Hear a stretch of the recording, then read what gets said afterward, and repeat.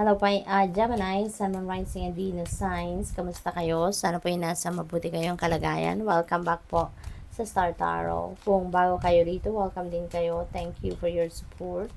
I truly appreciate it. God bless you all. Gemini, pauna mensahe po ninyo ay planning. Now is the time to lay down the foundations for your future.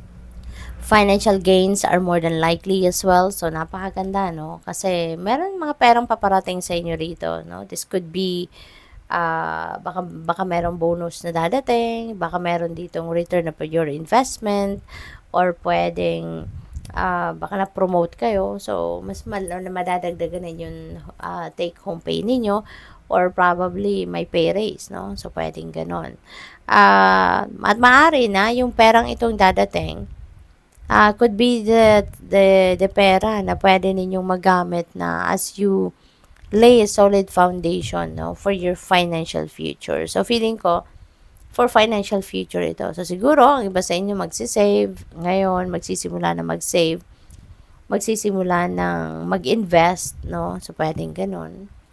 What else? We have communication. A reunion could bring love or a rekindling of friendship. Ayan. So, pwedeng merong reunion kayo na pupuntahan at maaaring kung single pa kayo, no? Baka sa reunion na to, magkaroon kayo dito ng bagong love connection. Baka dito manggaling, no?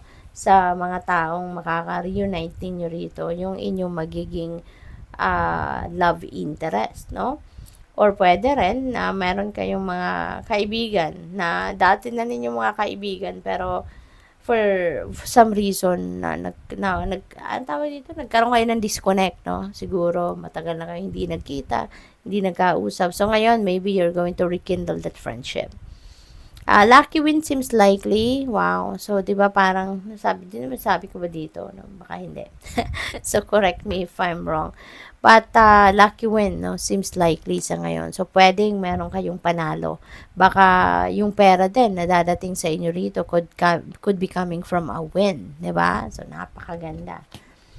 We have sunshine. Swerte-swerte ninyo talaga ngayon, Gemini, no? Mababalot kayo ngayon ng success.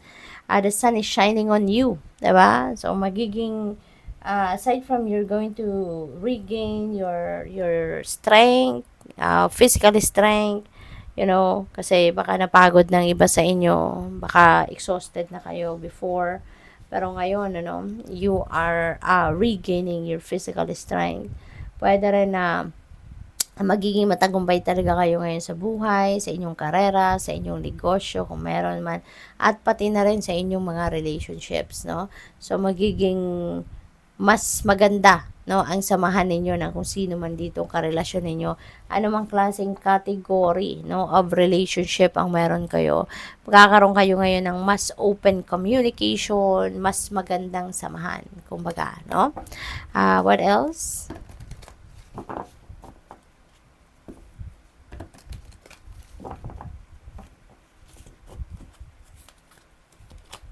We have number 26, hostilities. Ayan. So, ingat kayo, no?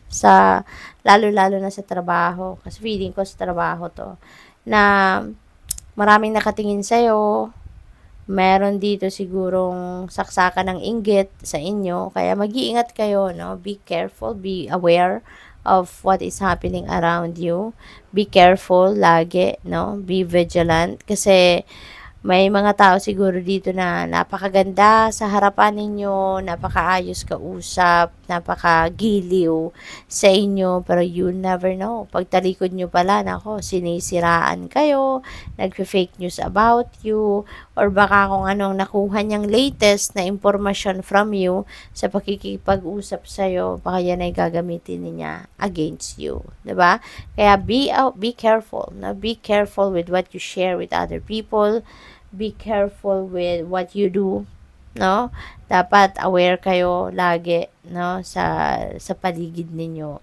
Okay? Lalo-lalo na sa workplace, pwedeng masabotage kayo na kung sino man dyan. Kaya, ingat kayo. Okay? Extra careful at this time. Kasi, feeling ko mga naiinggit ito sa'yo, no?